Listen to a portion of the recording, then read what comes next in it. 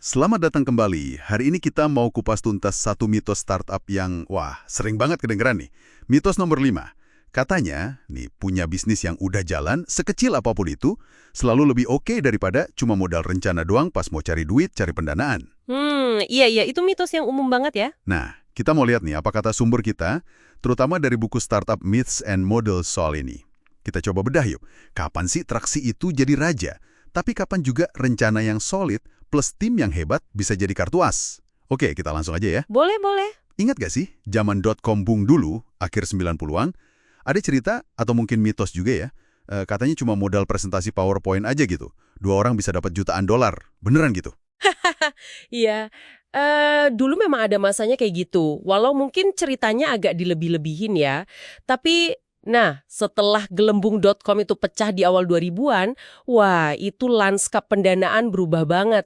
Investor jadi, gimana ya, jauh lebih hati-hati. Mereka nuntut bukti nyata sekarang. Bukti nyata? Iya, mereka pengen lihat traksi.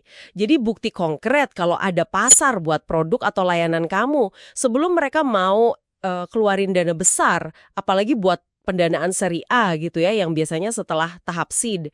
Oh, oke. Jadi traksi ini bukan cuma soal presentasi keren lagi ya. Maksudnya harus ada bukti kayak, produk udah rilis, ada pengguna aktif gitu. Atau bahkan mungkin udah ada duit masuk, pendapatan. Tepat sekali. Investor itu cari validasi dari luar. Ya gimana, mereka kan bukan peramal masa depan ya. Mereka butuh bukti kalau ide kamu tuh nggak cuma bagus di atas kertas aja. Contoh menarik nih, ingat Google Glass nggak? Sekitar tahun 2013 itu kan? Oh iya, ingat. Sempet heboh banget. Nah, banyak visi gede loh investasi di ekosistemnya. Tapi, ternyata platformnya nggak berhasil pas landas kan? Iya juga ya. Gagal itu ya ujungnya. Itu nunjukin kalau antusiasme awal atau sekedar ulasan analis teknologi aja tuh yang nggak cukup lagi. Data nyata dari pasar, dari pelanggan, itu jadi jauh lebih penting sekarang. Masuk akal sih. Tapi nih, gimana kalau idenya tuh bener-bener baru? Sesuatu yang nyasar pasar yang belum ada pemainnya sama sekali. Bukannya di situasi kayak gitu, kekuatan rencana sama kredibilitas tim jadi lebih penting ya, daripada metrik traksi yang mungkin ya belum ada. Nah, Saya ingat deh beberapa contoh dari awal era game mobile, mungkin sekitar 2012-2013. Ada tim-tim yang bagus, mereka bisa dapat pendanaan seed, padahal datanya mungkin masih minim banget. itu poin yang bagus banget. Dan disitulah nuansanya muncul. Memang ada pengecualian penting buat aturan traksi adalah segalanya. Kalau kamu punya tim yang rekam jejaknya luar biasa, mungkin foundernya pernah sukses sebelumnya, atau punya keahlian unik yang relevan banget. Oke. Terus kamu targetin pasar baru yang potensinya gede tapi belum terbukti. Nah, investor mungkin aja mau bertaruh.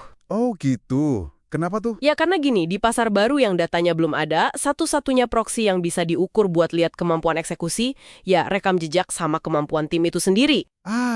Jadi tim yang kuat tuh kayak pengganti data traction ya dalam kondisi tertentu. Bisa dibilang gitu.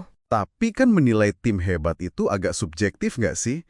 Gimana investor bisa ngukurnya secara, ya lumayan objektif lah, pas data traksi masih minim atau nol? Pertanyaan bagus. Tentu ada unsur subjektifnya, nggak bisa dipungkiri. Tapi investor yang pengalaman biasanya cari sinyal-sinyal khusus. Misalnya, pengalaman relevan para pendiri, gimana tim itu kerja bareng, pemahaman mereka soal pasar yang dituju tuh sedalam apa, terus kemampuan mereka buat belajar dan adaptasi cepat. Kemampuan adaptasi ya? Iya, itu krusial. Ini balik lagi ke prinsip dasar investasi tahap awal. Seringkali investor tuh lebih bertaruh pada orang dan peluang pasar, bukan pada produk spesifik saat itu. Produknya bisa aja berubah nanti, tapi tim yang hebat, nah itu yang bisa nemuin jalan. Menarik. Jadi mitos ini nggak sepenuhnya salah, tapi juga nggak mutlak bener ya. Traksi itu penting banget, apalagi setelah tahap seed. Tapi, Tapi, di kondisi pasar baru, atau kalau timnya emang luar biasa, rencana dan potensi tim itu bisa jadi faktor penentu, gitu ya. benar sekali. Kuncinya itu memahami konteks. Terutama, pasar kamu tuh ada di tahap mana dalam siklus hidupnya. Ada istilahnya startup market life cycle. Oh, startup market life cycle. Oke. Sederhananya gini, pasar itu baru tumbuh banget, nascent, atau udah mulai mateng, maturing. Nah, jenis bukti atau traksi yang dicari investor bakal beda banget tergantung tahap siklus ini. Kalau pasar nascent, bukti kemampuan tim itu lebih krusial. Kalau pasar udah maturing, ya data pengguna, data pendapatan itu jadi lebih dominan. Oke. Jadi jelas ya bedanya. Nah, terus apa artinya ini semua buat Anda nih yang lagi bangun startup? Intinya, siap-siap aja setelah pendanaan awal atau seed, investor umumnya bakal cari bukti traksi yang nyata dari pelanggan. Jadi punya bisnis yang jalan, walau kecil, seringkali lebih disukai daripada cuma rencana. Betul. Tapi, nah ini tapinya. Kalau Anda ada di situasi khusus, tadi tim kuat banget, pemahaman pasar unik, targeting area baru, jangan langsung minder kalau traksi belum kelihatan signifikan. Fokus aja, bangun kredibilitas tim, jelaskan visi dan rencana dengan gamblang, tunjukin kenapa tim Anda yang paling pas buat ambil peluang ini, kemampuan adaptasi tim juga itu penting banget ditunjukin. Sip.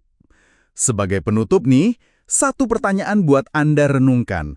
Selain rekam jejak yang jelas ya, faktor tak berwujud apa sih dari sebuah tim atau rencana yang bisa begitu meyakinkan buat investor sampai-sampai bisa ngalahin gak adanya data traksi yang solid? Coba dipikirkan ya. Sampai jumpa di pembahasan kita berikutnya.